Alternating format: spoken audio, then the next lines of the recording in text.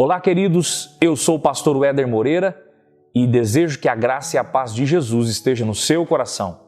Obrigado por assistir esse vídeo. Por favor, se inscreva no nosso canal e compartilhe este vídeo.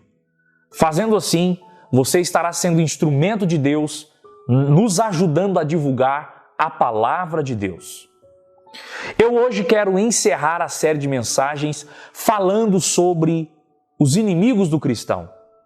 E eu quero abordar hoje a morte, o último inimigo a ser vencido. Poucas pessoas gostam de falar sobre este assunto. Mas quando nós tomamos coragem de falar sobre a morte, você já percebeu que nós tentamos de todas as formas suavizar, alguns até mesmo romantizar a morte? Mas precisa ficar claro para nós que a morte não é nossa amiga. Quando se estuda as Escrituras Sagradas, se observa que a morte não é o que Deus planejou para a humanidade. Quando nós lemos o Salmo 23 e o verso 4, ainda que eu andasse pelo vale da sombra da morte, você percebe que neste texto, o salmista estava tratando sobre uma experiência de quase morte pessoal e também estava mostrando, representando as sensações que cercam a vida de um ser humano quando a morte se aproxima. O termo sombra, no verso 4 do Salmo 23, é o termo hebraico tsalmanet. E o termo tsalmanet significa escuridão, trevas. Perceba comigo que quando o salmista vai retratar a morte, ele vai mostrar como um vale escuro de densas trevas. Embutido nessa imagem está a ideia de pânico, de medo. E de fato, esta é a sensação que todo ser humano tem quando a morte se aproxima. Por exemplo, em muitos momentos na vida, nós somos tomados por essa sensação, essas escuridades da morte, essas trevas da morte. Quando nós perdemos a saúde, quando algum parente muito próximo, algum ente querido, parte, morre, falece, nós somos tomados também desse medo, desse pavor, desse receio. Quando a velhice chega, nós somos confrontados pelos nossos temores da morte. Agora, o que é a morte?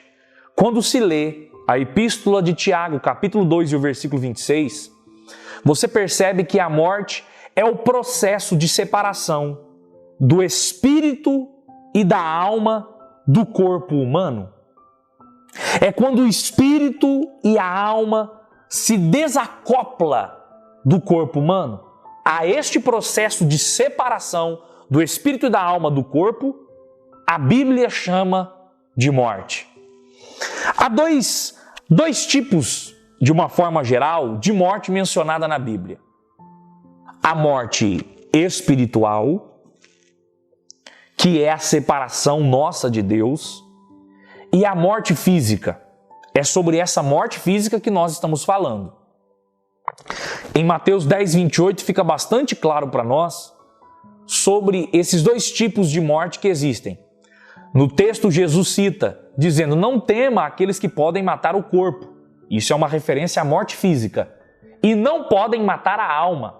Isso é uma referência à morte espiritual. Antes, disse Jesus, temam aquele que tem poder de matar o físico e de colocar a sua alma perecendo no inferno. Perceba então que no texto há dois tipos de morte, a espiritual e a física. A morte espiritual, ela termina quando o indivíduo ele entrega a sua vida para Jesus. A Bíblia diz que nós estávamos mortos em nossos delitos e pecados.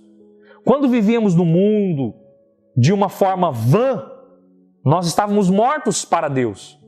Mas quando a luz do Evangelho raiou na nossa alma e nós cremos que Jesus era o nosso único e suficiente Salvador, nós passamos da morte para a vida. Mas há ainda a morte física, e é a morte física que é um inimigo em potencial para o cristão. Existem duas compreensões muito conhecidas sobre a morte e que são equivocadas: o espiritismo e também o materialismo. O espiritismo acredita na reencarnação.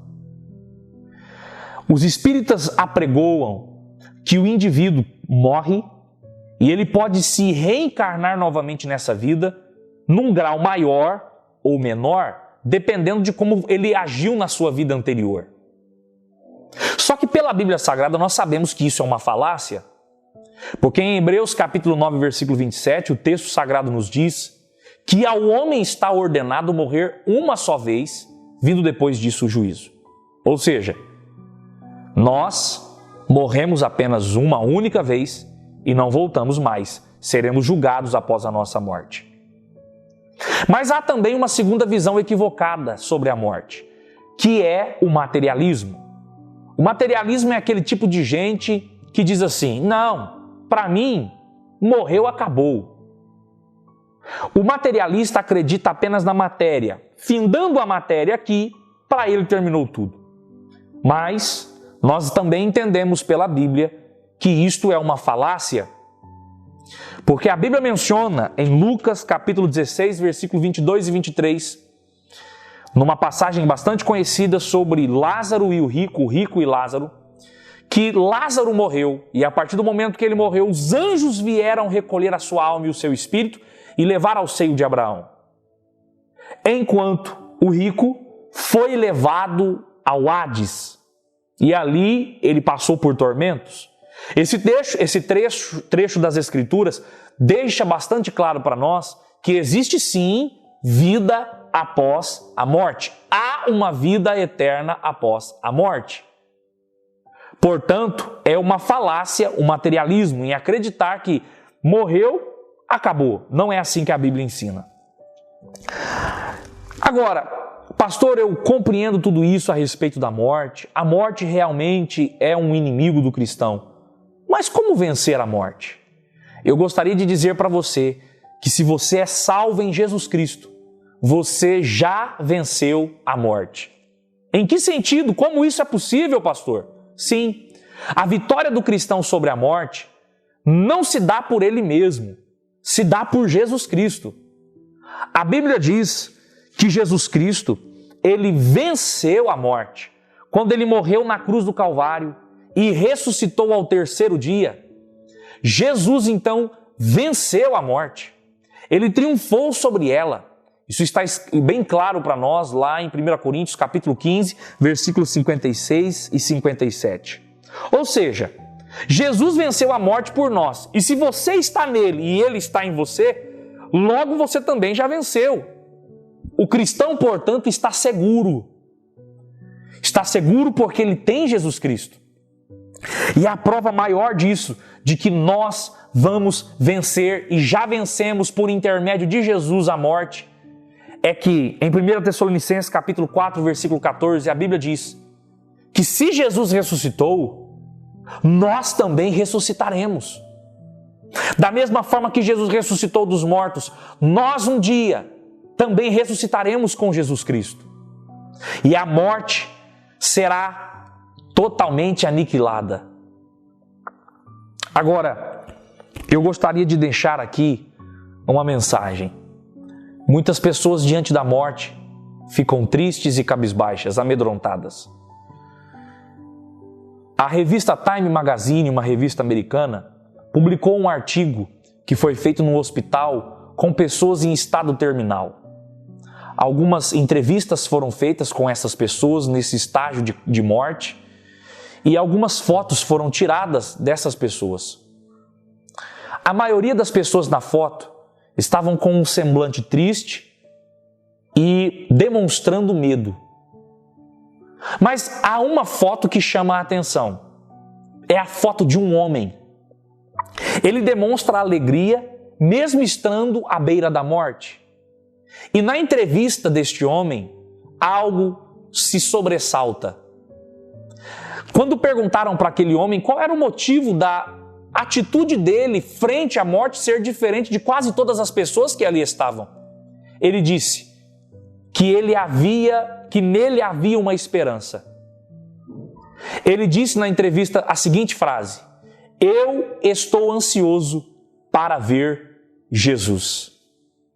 Para aquele homem, o que trazia conforto e alegria era o fato de que ele era um cristão e tinha a convicção de que quando fechassem os olhos neste mundo, as mãos gloriosas de Jesus o pegaria do outro lado da eternidade, proporcionando a ele a salvação, a proteção e o direito de entrar no céu.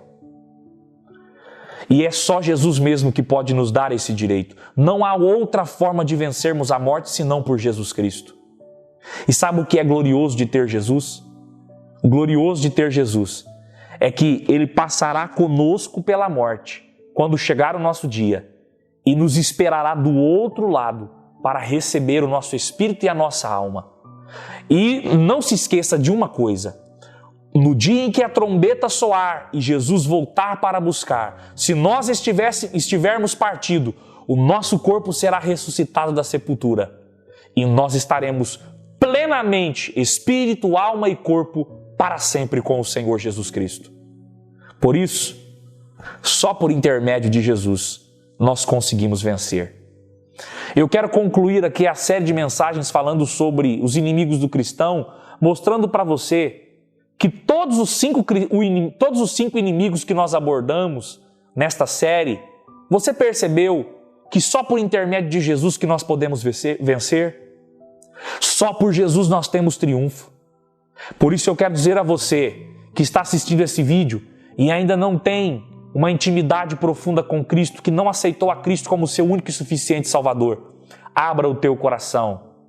Entenda que só por intermédio de Jesus você vencerá as adversidades e os inimigos que nos cercam. Que Deus abençoe você. Ore ao Senhor e peça a Jesus, confessando que Ele é o seu único e suficiente Salvador. Abraço a todos e até o próximo vídeo.